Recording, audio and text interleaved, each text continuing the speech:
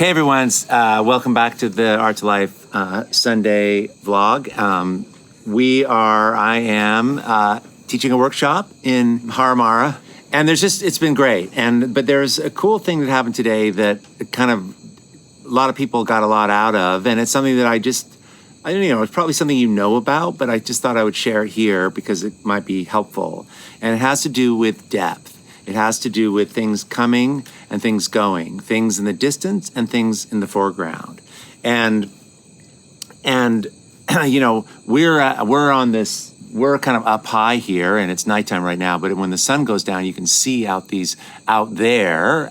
the background there, and it's these distant mountains, and the sun's going down, and you can notice these mountains, and they go back in space. And the idea and the teaching is that things that have higher contrast come forward, and things that have less contrast, the difference between dark and light, go back, and nothing's more that just really shows up in landscapes and in our environment. And so it's just kind of this lesson that we're talking about, but it's also happening outside the window. So it's kind of amazing. But I thought I would say also how this relates in abstract painting. So let me show you how this kind of works. So here, just before we dive in, here's kind of the scene. It's kind of late at night and a lot of people are eating, but anyway, so here was the painting that I was kind of demonstrating on this, and you can see here, you know, like this contrast, this high contrast, these shapes kind of come forward, and things that are, you know, where values become closer, they kind of drop back. So we're getting, even though this is just a bunch of paint marks, you start to get depth, and you can sort of go in and out and in and out. And it's really, in a way, is an aspect, a realistic aspect of abstraction, because depth is something that we experience on Earth, and having that in abstract work is really, really compelling and really, really interesting. It starts to feel like things we've seen, even though it's completely foreign. Those dark shapes kind of come forward, and other areas that are more muted and kind of glazed over, they go back.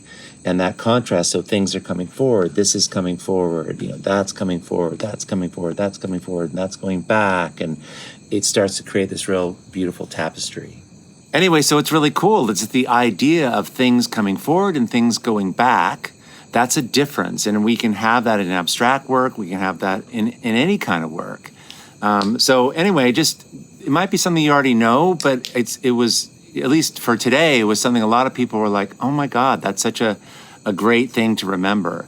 That difference of having parts of, you know, having depth to your work, whether it's realistic or abstract, you can go back, you can go forward. It's kind of a beautiful contrast that we can have in the work. Anyway, so let me know in the comments, how do you think about it? How you bring depth to your work? Obviously we can overlap things. There's tons of ways to do it. Anyway, this week on the podcast, I'm finishing that painting. It's the third kind of pass on it. Had to speed a lot of stuff up because I spent a lot of time on it. It doesn't fit into a half-an-hour episodes, but there's parts of it that are pretty cool. So come along and check that out. There's a link down below, and I'd love to see you there. You guys, I hope you have a great Sunday, and I will see you real soon. Thanks for being here. Okay, bye. Hey everyone, if you found this helpful, I have a whole lot more to teach, share, and inspire you with every single week. So join the Art2Life YouTube channel by clicking the subscribe button below. Okay, let's do this. Awesome.